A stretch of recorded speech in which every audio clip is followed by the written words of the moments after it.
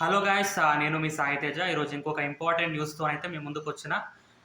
Video అయితే చాలా చాలా బాగుంటుంది. లాస్ట్ వరకు చూడడానికి ట్రై చేయండి.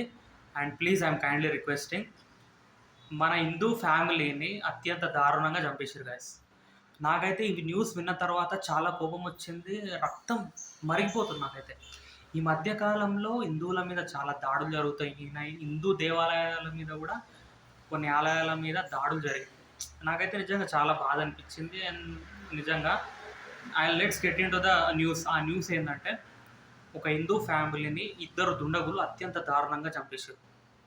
ఆ ఫ్యామిలీలో మొత్తం నలుగురు అన్నమాట. అయితే ఇక ఇది వచ్చేసి మనకు బంగ్లాదేశ్లో జరిగింది. బంగ్లాదేశ్లో గత కొంతకాలం నుండి హిందువుల మీద దాడులు జరుగుతూనే ఉన్నాయి. అక్కడ గవర్నమెంట్ ఏం పట్టించుకోవట్లేదు.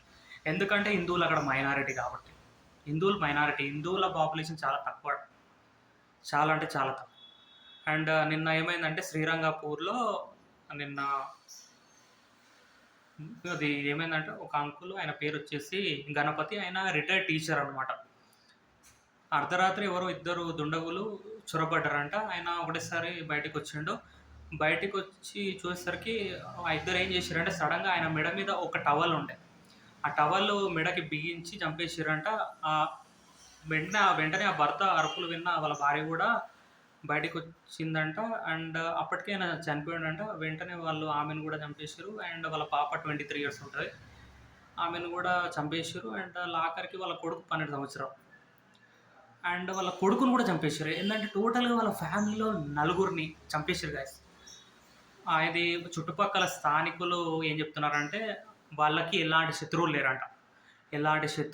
వాళ్ళు ఎవరి జోలికి వెళ్ళారంట. ఆయన చాలా సాదా సీదా లైఫ్ని వాళ్ళు స్పెండ్ చేస్తున్నారంట.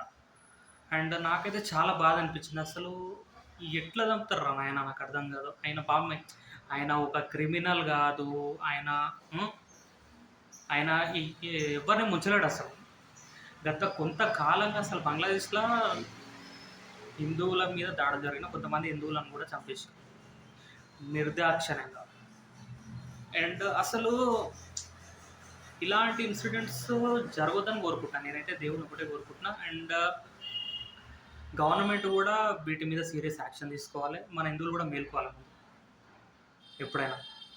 అండ్ నాకైతే చాలా బాధ అనిపించింది. అండ్ పోలీసు వాళ్ళు అయితే ఇన్వెస్టిగేషన్ అయితే చేస్తుర్రంట. అండ్ పోలీసు వాళ్ళు చూడాలి రిపోర్టు, మరి వాళ్ళని చంపడానికి కారణం ఏంది అనేది. అంటే నిందితులు అయితే ఏదో ఏదో డ్రగ్స్ మత్తులో ఉండి చేసిరని అంటున్నారు. ఇంకా సరైన కారణాలు అయితే తెలియలేదు. ఇన్వెస్టిగేషన్ అయితే కొనసాగుతుంది. అండ్ చుట్టుపక్కల స్థానికులు కూడా చాలా బాధపడుతున్నారు. ఏంటంటే ఒక హిందూ ఫ్యామిలీని ఇలా చంపడము. అండ్ చాలా బాధ అనిపించింది నాకైతే. నేను కూడా ఒక హిందువునే, నాకు కూడా చాలా బాధ అనిపిస్తుంది. నేను ఇండియా, కానీ నేను మస్తు బాధపడుతున్నాను. ఎందుకంటే మన హిందువులను అలా చంపడం అనేది, హిందువుల సంక్షేమం అనేది చాలా ఇంపార్టెంట్. హిందువులు బాగుంటేనే అందరూ బాగుంటారు. అంటే మన హిందూ సోదరులు కూడా ఎవరిని ఏమన్నారు, అందరిని సమానంగా చూస్తాం మనం. భిన్నత్వంలో ఏకత్వం. ఇది జరిగింది బంగ్లాదేశ్ అయినా కూడా నేను అసలు వీడియో చెయ్యాల్సి వచ్చింది నేను. ఎందుకంటే ఒక హిందూ ఫ్యామిలీని అలా చంపడం నాకైతే చాలా బాధ అనిపించింది. అండ్ ఈ వీడియో మీకు ఎలా అనిపించింది, అండ్ ఆ హిందూ ఫ్యామిలీకి జరిగిన అన్యాయం గురించి అండ్ కింద కమెంట్ బాక్స్లో చెప్పండి.